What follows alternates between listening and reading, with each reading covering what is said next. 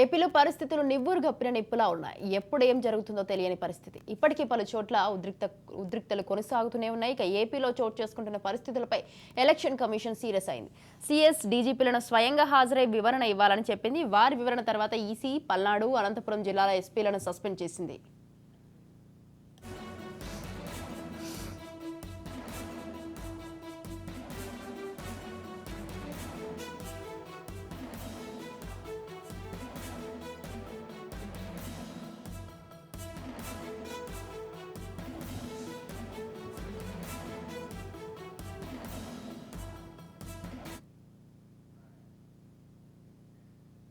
మొత్తం 16 మంది అధికారులపై చర్యలకు ఆదేశించింది. శాంతి భద్రతల విషయంలో నిర్లక్ష్యంగా వ్యవహరిస్తే వేటు తప్పదని హెచ్చరికలు పంపింది. ఈ ఉద్రిక్త పరిస్థితుల నేపథ్యంలో ఈసీ మరో సంచలన నిర్ణయం తీసుకుంది.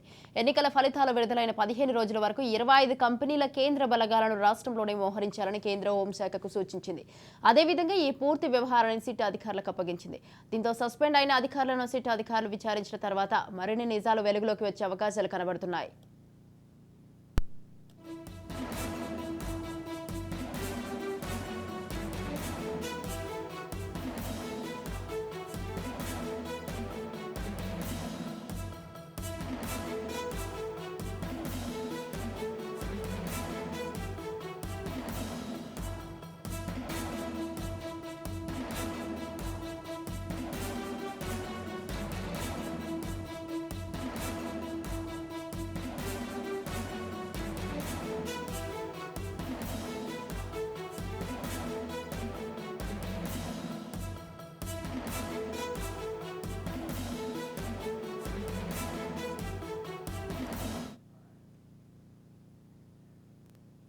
దీనిపై మరింత సమాచారం మా ప్రతినిధి పల్నాడు నుంచి రమేష్ అందిస్తారు.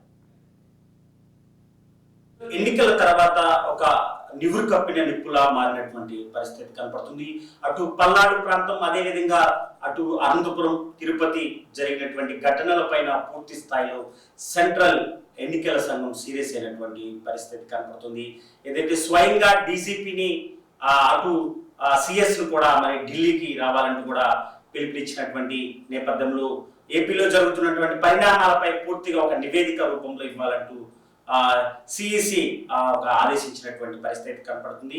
ఈ మేరకి నిన్న వారు ఇచ్చినటువంటి సమాచారం మేరకు ఏపీలో జరుగుతున్నటువంటి పల్నాడులో జరుగుతున్నటువంటి హింసకి పూర్తి స్థాయిలో మరి ప్రేరేపించినటువంటి అధికారుల పైన కూడా వేటు వేస్తూ కూడా నిన్న ఒక నిర్ణయం అయితే తీసుకున్నటువంటి పరిస్థితి కనబడుతుంది. ఇద్దరు ఎస్పీల పైన కూడా సస్పెన్షన్ వేటు వేస్తూ కూడా కేంద్ర ఎన్నికల సంఘం తీసుకున్నటువంటి పరిస్థితి కనబడుతుంది. అదేవిధంగా జిల్లా కలెక్టర్స్, అదేవిధంగా పల్నాడు జిల్లాకు సంబంధించినటువంటి లోతేటి శివశంకర్ పైన కూడా బదిలీ వేటు వేస్తూ కూడా శాఖాపరమైన విచారణకైతే ఆదేశించినటువంటి పరిస్థితి కనబడుతుంది. ఇక మొత్తంగా ఇద్దరు ఐఏఎస్లు, అదేవిధంగా ఇద్దరు ఐపీఎస్ల పైన చర్యలు తీసుకున్నటువంటి నేపథ్యంలో కింద స్థాయికి సంబంధించినటువంటి డిఎస్పీ స్థాయికి సంబంధించినటువంటి వ్యక్తులు కానీ, అటు సిఏ స్థాయికి సంబంధించినటువంటి వ్యక్తుల పైన, ఎస్ఐకి స్థాయికి సంబంధించినటువంటి వ్యక్తుల పైన కూడా మొత్తం 12 మంది అధికారుల పైన కేంద్ర ఎన్నికల సంఘం కొరడా చూపించినటువంటి పరిస్థితి కనబడుతుంది. అయితే మొత్తంగా ఎన్నికలలో 13వ తారీఖు జరిగినటువంటి ఘటనల పైన పూర్తి స్థాయిలో కేంద్ర ఎన్నికల సంఘం ఆరా తీసినటువంటి నేపథ్యంలో మరుసటి రోజు జరిగినటువంటి హింసాకాండ కూడా పూర్తిగా అధికారులు అలసత్వం వహించారంటూ కూడా అటు ఎన్నికల సంఘం భావించినటువంటి పరిస్థితి కనపడుతుంది. పల్నాడు మాచర్లో జరిగినటువంటి ఘటన పూర్తి స్థాయిలో ఒక రాష్ట్ర వ్యాప్తంగా సంచలనంగా మారినటువంటి పరిస్థితి కనపడుతుంది. కార్లు తగలబెట్టడం, అదేవిధంగా ఒకరిపైన ఒకరు హింస, ఏదైతే మరి ఘర్షణల వాతావరణం నెలకొన్నటువంటి నేపథ్యంలో అక్కడ ఉన్నటువంటి స్థానిక ప్రజలు కూడా ఒక భయాందోళనకి గురైనటువంటి పరిస్థితి కనపడుతుంది. ఇక నరసరావుపేటలో జరిగినటువంటి ఘటన, అటు టీడీపీ కూటమి అభ్యర్థి చదలవాడ అరవింద్ బాబు పైన మున్సిపల్ హై స్కూల్ దగ్గర జరిగినటువంటి కారుల దాడిలో కూడా తీవ్రంగా గాయపడ్డారు టీడీపీకి సంబంధించినటువంటి అభ్యర్థితో పాటు తన అనుచరులు, అదేవిధంగా తన అనుచరుల కారులు కూడా గోపిరెడ్డి వర్గీయులు పూర్తిగా కూడా ధ్వంసం చేసినటువంటి పరిస్థితి కనపడుతుంది. ఆ ఘటన తర్వాత ఒక్కసారిగా కూడా సీరియస్ అయినటువంటి పరిస్థితి కనపడుతుంది. నరసరావుపేటలో శాంతి భద్రతలు పూర్తి స్థాయిలో ఒక నైట్ రణరంగా మారినటువంటి పరిస్థితి కనపడుతుంది. టీడీపీకి సంబంధించినటువంటి కార్లు తీవ్ర స్థాయిలో కూడా తగలబెట్టినటువంటి పరిస్థితి, ఎక్కడ చూసినా ఒక భయాందోళనకి గురి చేసినటువంటి పరిస్థితి కనపడుతుంది. ఎస్పీ బిందు మాధవ్ పూర్తిగా కూడా చేతులు ఎత్తేసినటువంటి పరిస్థితి. అక్కడ ఉన్నటువంటి స్థానికంగా ఉన్నటువంటి ఇద్దరు సీఏలు, 1 టౌన్ సీఏ కానీ అటు నరసరావుపేటకు సంబంధించినటువంటి 2 టౌన్ సీఏ కూడా ఇద్దరు కూడా అదుపు చేయలేనటువంటి పరిస్థితి. వారికి సరైన మెన్ను లేనటువంటి నేపథ్యంలో అటు పూర్తి స్థాయిలో సరైన కేంద్ర బలగాలు లేనటువంటి నేపథ్యంలో ఒక హింసా కాండగా మారినటువంటి పరిస్థితి కనపడుతుంది. ఏదైతే కేంద్ర ఎన్నికల సంఘం ఏదైతే మరి ఇక్కడ ఉన్నటువంటి డీజీపీ గాని అటు సిఎస్ ని ఒక సీరియస్ గా దృష్టి సారించింది. ఎన్నికలకు సంబంధించినటువంటి విధుల్లో ఎవరైతే అలసత్వం వహించారో వారిపైన కఠిన చర్యలు అయితే తీసుకున్నటువంటి పరిస్థితి కనపడుతుంది. అటు తిరుపతికి సంబంధించినటువంటి సురేందర్ రెడ్డి ఎస్పీ ఇన్స్పెక్టర్ పైన కూడా సస్పెన్షన్ వేటు వేసింది. అదేవిధంగా డిఎస్పీకి సంబంధించి నరసరావుపేట డిఎస్పీ వర్మ పైన కూడా వేటు వేసినటువంటి పరిస్థితి కనపడుతుంది. అదేవిధంగా ఎస్డి డిపార్ట్మెంట్ కి సంబంధించినటువంటి సిఐలు ఇద్దరు ప్రభాకర్ అదేవిధంగా బాలనాగిరెడ్డి పైన కూడా సస్పెన్షన్ వేటు వేస్తూ కూడా నిర్ణయం తీసుకుంది. అదేవిధంగా సాగర్ ఎస్ఐ పైన కూడా సస్పెన్షన్ చేస్తూ కూడా మరి కేంద్ర ఎన్నికల సంఘం ఆదేశించినటువంటి పరిస్థితి. మొత్తం 12 మంది అధికారుల పైన కూడా సస్పెన్షన్ వేటు వేస్తూ కూడా నిర్ణయం తీసుకుంది. 3 గంటల లోపు కూడా సస్పెన్షన్ చేస్తూ కూడా ఛార్జ్షీట్ ఫైల్ చేయాలి, శాఖాపరమైన చర్యలు తీసుకోవాలంటూ కూడా ఆదేశాలు అయితే జారీ చేసినటువంటి పరిస్థితి కనపడుతుంది.